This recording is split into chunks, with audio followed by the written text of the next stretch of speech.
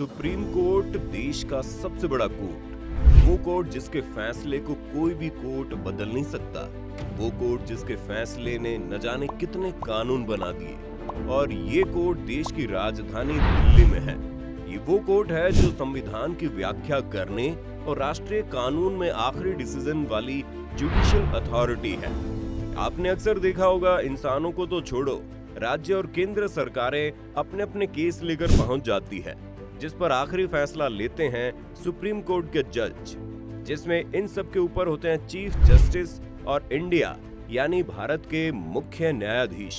लेकिन क्या कभी सोचा है कैसे ये तय होता है कौन बनेगा भारत का मुख्य न्यायाधीश, या फिर सुप्रीम कोर्ट के जज कैसे बनते हैं, उनके पास पावर क्या क्या होती है और सुप्रीम कोर्ट काम क्या क्या करता है? अगर हाँ तो बस आज की ये वीडियो आप अंत तक देखना, क्योंकि इस वीडियो में हम आपको सब कुछ बताने वाले हैं। तो चलिए शुरू करते हैं। 15 अगस्त 1947 को भारत आजाद हो गया था और 28 जनवरी 1950 को संविधान अपनाने के बाद भारत का सुप्रीम कोर्ट बनाया गया।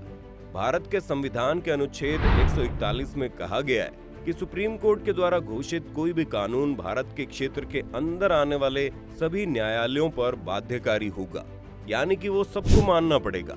ये भारत का सर्वोच्च न्यायालय यानी सुप्रीम कोर्ट है। यही सुप्रीम कोर्ट संविधान की व्याख्या करने और राष्ट्रीय कानून के ऑब्जर्वेशन पर फैसला लेने के लिए आखिरी जुडिशियल अथॉरिटी है। सुप्रीम कोर्ट को देश में कानून को सही से लागू करने के लिए जुडिशियल रिव्यू की शक्ति भी दी गई है, यानी कि वो सरकार द्वारा बनाए गए कानूनों को रिव्यू भी कर सकता है। कैसे बनते हैं सुप्रीम कोर्ट के जज? चलिए अब देखते हैं सुप्रीम कोर्ट के जज बनते कैसे हैं, और फिर देखेंगे उनकी पावर और काम क्या क्या होते हैं।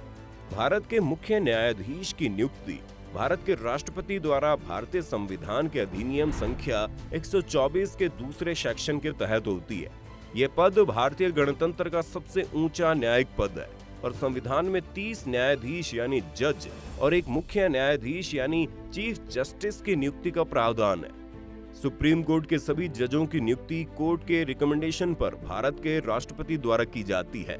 सुप्रीम कोर्ट के मुख्य न्यायाधीश इस प्रसंग में राष्ट्रपति को रिकमेंडेशन देने से पहले अनिवार्य रूप से 4 सबसे सीनियर जजों के ग्रुप से मशवरा लेते हैं और इस समूह के मशवरे के आधार पर राष्ट्रपति को परामर्श देते हैं, और इस ग्रुप को कॉलेजियम कहते हैं। कॉलेजियम क्या है और ये कितना सही है वो भी आपको आगे बताते हैं।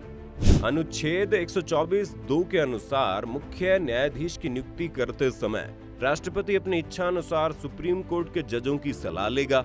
वहीं बाकी जजों की नियुक्ति के समय उसे अनिवार्य रूप से मुख्य न्यायाधीश की सलाह मानना जरूरी होगा। सुप्रीम कोर्ट के नए बनने वाले मुख्य न्यायाधीश को तात्कालिक समय में सुप्रीम कोर्ट के सीनियर जजों में होना जरूरी होता है। साथ ही पुराने मुख्य न्यायाधीश के रिटायर और नए मुख्य न्यायाधीश की नियुक्ति के समय भारत के कानून मंत्री, जस्टिस और कंपनी अफेयर्स का मौजूद होना भी जरूरी होता है।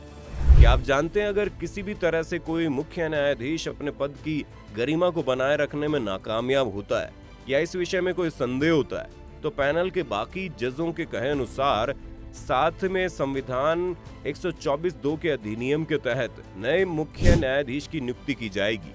मुख्य न्यायाधीश के चयन के बाद जस्टिस अफेयर्स और कानून मंत्री द्वारा सारा ब्यौरा भारत के तात्कालिक प्रधानमंत्री के हाथ सौंपते हैं।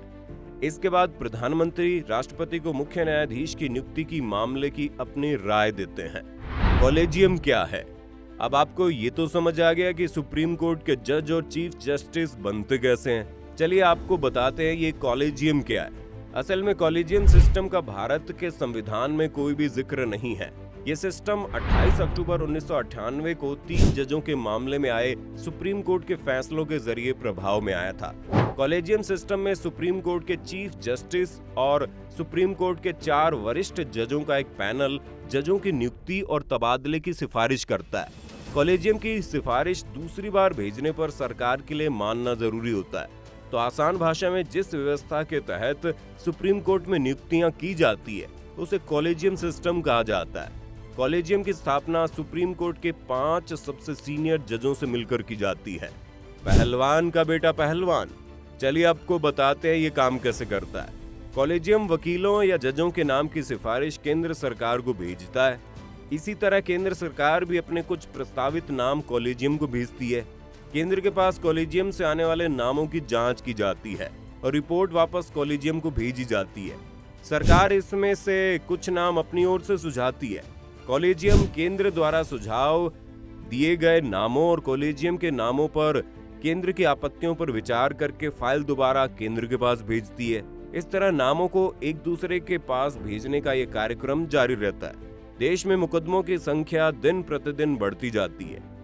सुप्रीम कोर्ट और हाई कोर्ट में जजों की नियुक्ति और तबादलों का फैसला भी कॉलेजियम ही करता है। इसके अलावा उच्च न्यायालय के कौन से जज प्रमोट होकर सुप्रीम कोर्ट जाएंगे, ये फैसला भी कॉलेजियम ही करता है। अब आप सोच रहे होंगे तो पहलवान का बेटा पहलवान वाली बात क्या थी, रुको अभी बताते हैं। कॉलेजियम की जगह एनजीएसी। यूपीए सरकार ने 15 अगस्त 2014 को कॉलेजियम सिस्टम की जगह एनजीएसी यानी राष्ट्रीय न्यायिक नियुक्ति आयोग का गठन किया था, लेकिन सुप्रीम कोर्ट ने 16 अक्टूबर 2015 को राष्ट्रीय न्यायिक नियुक्ति आयोग यानी एनजीएसी कानून को असंवैधानिक करार दे दिया था और इस तरह से आज भी जजों की नियुक्ति और तबादलों का निर्णय सुप्रीम कोर्ट का कॉलेजियम सिस्टम ही करता है। एनजीएसी का गठन 6 सदस्यों की सहायता से किया जाना था, जिसका प्रमुख सुप्रीम कोर्ट के चीफ जस्टिस को बनाया जाना था। इसमें सुप्रीम कोर्ट के 2 वरिष्ठ जजों, कानून मंत्री और अलग अलग क्षेत्र से जुड़ी 2 जानी मानी हस्तियों को सदस्य के रूप में शामिल करने की बात थी। एनजीएसी में जिन 2 हस्तियों को शामिल किए जाने की बात कही गई, उनका चुनाव सुप्रीम कोर्ट के चीफ जस्टिस, प्रधानमंत्री और लोकसभा में विपक्ष के नेता या विपक्ष का नेता नहीं होने की स्थिति में लोकसभा में सबसे बड़ी विपक्षी दल के नेता वाली कमेटी करती।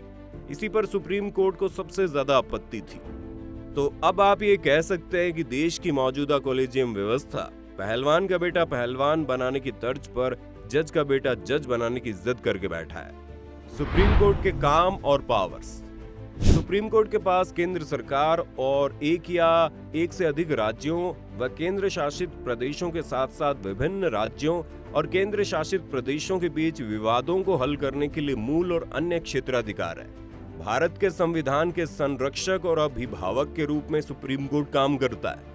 इसी के साथ सुप्रीम कोर्ट को राष्ट्रपति द्वारा मुद्दों पर सलाहकार निर्णयों को जारी करने का अधिकार है और सुप्रीम कोर्ट मौलिक अधिकारों के एनफोर्समेंट के लिए ऑर्डर जारी कर सकता है। सुप्रीम कोर्ट में आर्म्ड सर्विसेज को छोड़कर किसी भी अदालत से किसी भी मामले पर किसी विशेष अपील सुनने के लिए सारे पावर मौजूद है। न्यायाधीश को हटाने का क्या प्रोसेस है? भारत में न्यायपालिका को निर्णय लेने की आजादी दी गई है। सर्वोच्च न्यायालय के न्यायाधीशों के रिटायरमेंट की आयु 65 साल होती है। न्यायाधीशों को केवल महाभियोग, दुर्व्यवहार या असमर्थता के सिद्ध होने पर संसद के दोनों सदनों द्वारा 2/3 बहुमत से पारित प्रस्ताव के आधार पर राष्ट्रपति द्वारा हटाया जा सकता है। तो अब आप जान गए होंगे कैसे सुप्रीम कोर्ट के जज का चयन होता है, इसकी पावर्स क्या क्या होती हैं और सुप्रीम कोर्ट के जज को कैसे हटाया जा सकता है। आपको क्या लगता है, भारत में कॉलेजियम सिस्टम सही है या नहीं? हमें कमेंट करके बताइए। अगर वीडियो पसंद आई तो लाइक और शेयर कर देना। चैनल पर नए हो तो इसे सब्सक्राइब जरूर करते हुए जाइएगा।